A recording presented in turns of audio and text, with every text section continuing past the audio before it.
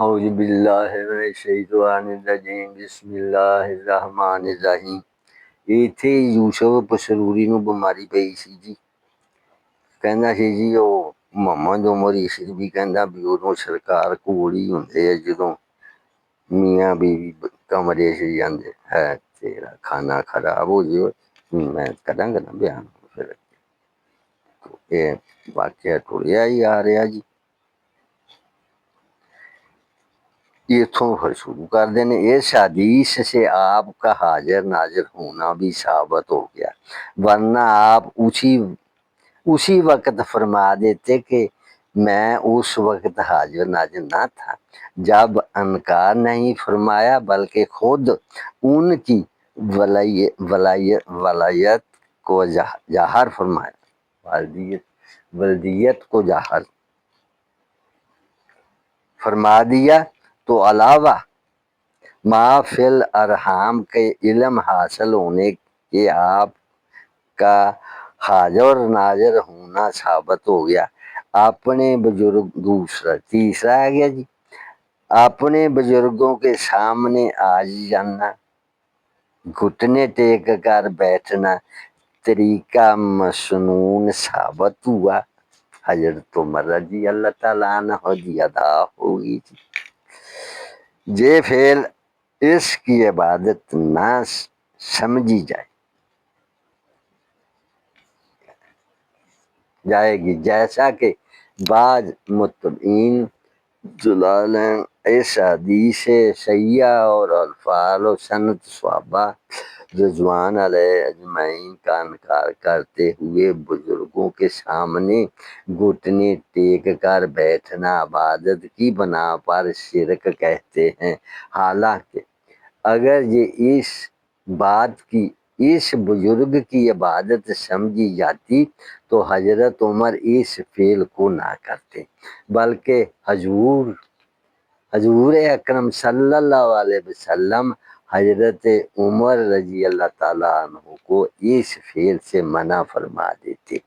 آپ کی رضا طریقہ مسنونہ کے واسطے زبردست دلیل ہے، اسی واسطے امام بخاری نے گھٹنے ٹیک کر بیٹھنے کا باب باندھا ہے۔ چنانچہ اسی مذکورہ حدیث کا باب بخاری شریف جلد نمبر 1 میں درج ہے۔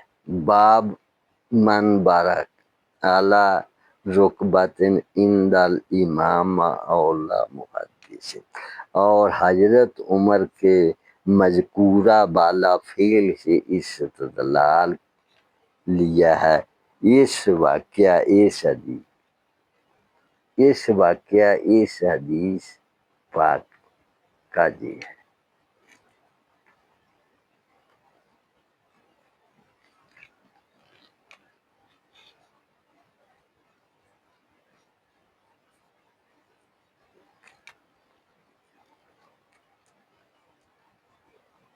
ہاں جی،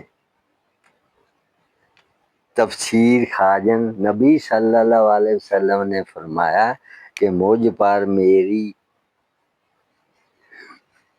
امت اپنی خاکی صورتوں میں پیش کی گئی جیسا کہ آدم علیہ السلام پر پیش کی گئی تھی۔ تو جو مجھ پر ایماندار تھا جب میرا منکر تھا مجھے معلوم کروا دیا گیا۔ تو یہ خبر منافقین کو پہنچی تو انہوں نے اس خبر کو سن کر استحجاء کیا، جیسا کہ آپ کے علم کی شان سن کر آج کل بھی منافقین استحجاء کرتے ہیں کہ محمد صلی اللہ علیہ وسلم نے گمان کیا ہے کہ وہ اپنے پر ایمان رکھنے والے کو بھی جانتا ہے اور اپنے منکر کو بھی جانتا ہے، اور جو کافر ابھی پیدا نہیں ہوا اس کو بھی جانتا ہے، حالانکہ ہم اس کے ساتھ ہیں اور ہمیں نہیں جانتا۔ تو یہ خبر نبی صلی اللہ علیہ وسلم کو پہنچی تو آپ ممبر شریف پر کھڑے ہو کر اور اللہ کی تعریف و ثنا کی، پھر فرمایا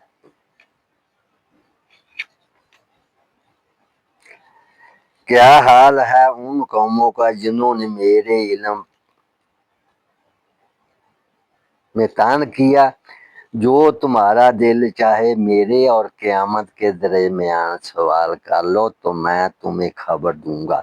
تو عبداللہ بن حذیفہ نے اپنے باپ کی حقیقت کا سوال کیا تو آپ نے صحیح خبر دے دی۔ آخر جب حضرت عمر رضی اللہ تعالیٰ نے رضیت باللہ پڑھ کر معافی مانگی تو نبی صلی اللہ علیہ وسلم نے فرمایا فَهَلْ أَنْتُمْ منتہون ثم نزل عن المنبیس، یعنی کیا تم اپنے نبی کے علم پر اعتراض کرنے سے روکتے نہیں؟ کیا تم باز نہیں آتے؟ پھر ممبر سے نیچے تشریف لے آئے۔ نبی صلی اللہ علیہ وسلم نے منکرین غیب و انبیاء کا رد فرماتے ہوئے خود منافقین کے اعتراضات کو توڑا۔ اگر آپ کو بعض کا علم نہ ہوتا یا امور خمسہ کا علم نہ ہوتا تو آپ ان کو اپنے اعلان میں واضح فرما دیتے کہ ان علوم خمسہ کے ماسوا جو چاہے دریافت کر لو۔ جب آپ نے اپنے علم کے متعلق کوئی کسی قسم کی تخصیص نہیں فرمائی تو تمہاری تخصیص فائدہ مند نہ ہوگی۔ باقی رہا پھر قیامت دا آ گیا جی، پھر ٹھیک ہے جی، پھر اللہ حافظ جی۔